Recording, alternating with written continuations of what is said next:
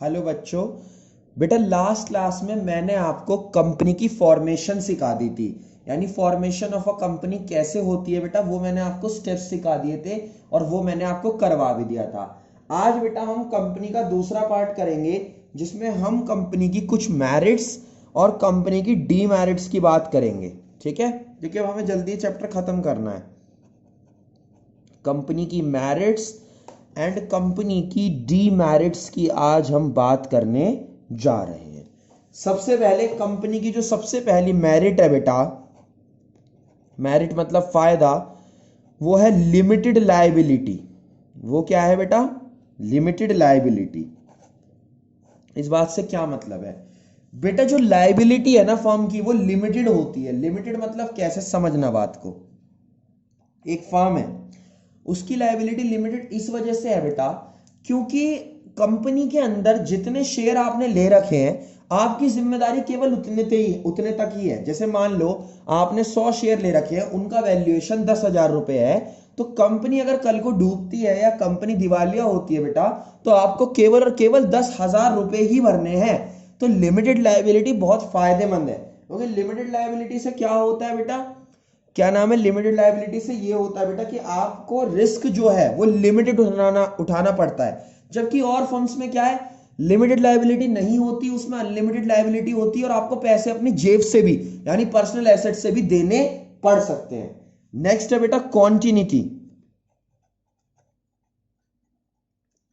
Continuity समझना बात को। कॉन्टिन्यूटी, कॉन्टिन्यूटी का मतलब है बेटा कांस्टेंट।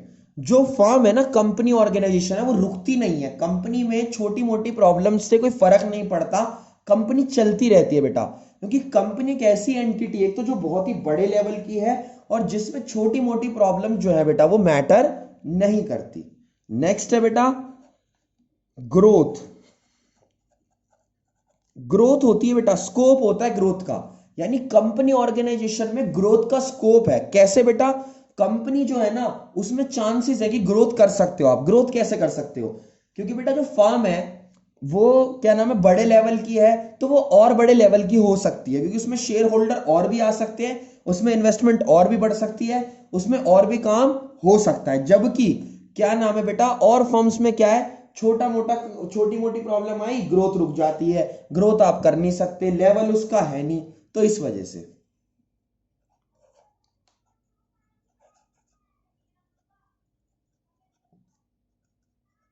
चौथी है बेटा एफिशिएंट मैनेजमेंट। एफिशिएंट मैनेजमेंट का मतलब क्या है बेटा? एक कंपनी का जो सिस्टमैटिक वे होता है ना बेटा चलने का, वो बहुत ही अच्छा है। यानी कंपनी एक सिस्टमैटिक वे में चलती है, एक प्रॉपर वे में, एक प्रॉपर तरीके से चलती है, जो वे बेटा उस कंपनी को और फॉर्म्स ऑफ बिजनेस से अलग बनाता है। तो एफिशिएंट मैनेजमेंट बहुत ही बढ़िया बात है जो कंपनी को बेटा बेटर करता है। ठीक है, तो ये चारों इसकी बेटा मेरिट्स थी। अब मैं आपको इसकी कुछ डीमेरिट्स बताऊंगा। Number 1, difficulty in formation.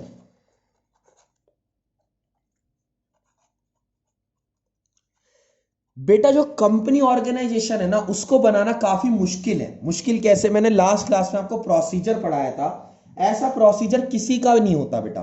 क्यों? क्योंकि इतना लंबा प्रोसीजर जब एक कंपनी को आपको फॉर्म करना होता है बेटा तो फॉलो करना पड़ता है। तो फॉर्मेशन वाली बेटा एक डीमेरिट है कि इसे बनाने के लिए बहुत बड़ा प्रोसेस हमें फॉलो करना पड़ता है।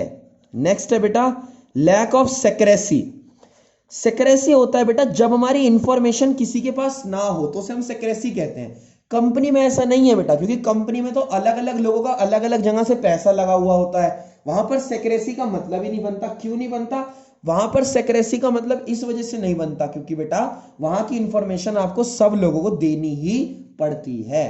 ठीक है बेटा। नेक्स्ट है लैक ऑफ मोटिवेशन। क्या है बेटा?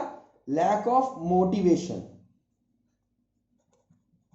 इस बात का मतलब क्या है बेटा? जो पैसा शेयर होल्डर्स को मिलता है वो बहुत ज्यादा नहीं होता। जो पैसा शेयर होल्डर्स को मिलता है बेटा वो बहुत ज्यादा नहीं होता। तो इस वजह से जो शेयर होल्डर्स हैं, मतलब ज्यादा इन द सेंस आप ये समझ सकते हो कि क्या नाम है, जो मैनेजमेंट है वो कंपनी का मालिक शेयर होल्डर्स को ही देता है, क्योंकि इनडायरेक्ट वे में वो ही ओनर बन जाते हैं कंपनी के। तो कंपनी के जो एक्चुअल ओनर्स है ना बेटा, उनके अंदर उस लेवल का मोटिवेशन नहीं रहता। ठीक है बेटा। चौथा, डिले इन डिसीजंस। डिसीजंस में देरी होती है, क्यों होती है? एक तो बेटा बहुत सारे शेयर होल्डर, सबकी कंसल्ट, मतलब सबके साथ आपको कंसल्ट करना पड़ता है, फिर जब सब एग्री होंगे तभी वो डिसीजन होगा। तो ऐसे करके बेटा कई बार डिसीजंस में ना बहुत ज्यादा डिले हो जाती है। ठीक है बेटा, तो ये इसकी मेरिट्स हैं और डीमेरिट्स हैं बेटा। नेक्स्ट क्लास में मैं आपको इसकी कुछ टाइप्स बताऊंगा और फिर हम कोऑपरेटिव सोसाइटी करके और फैक्टर्स करके यानी 3-4 क्लासेस और लेके बेटा इस चैप्टर को हम कंप्लीट कर देंगे। चलो, थैंक यू सो मच बेटा।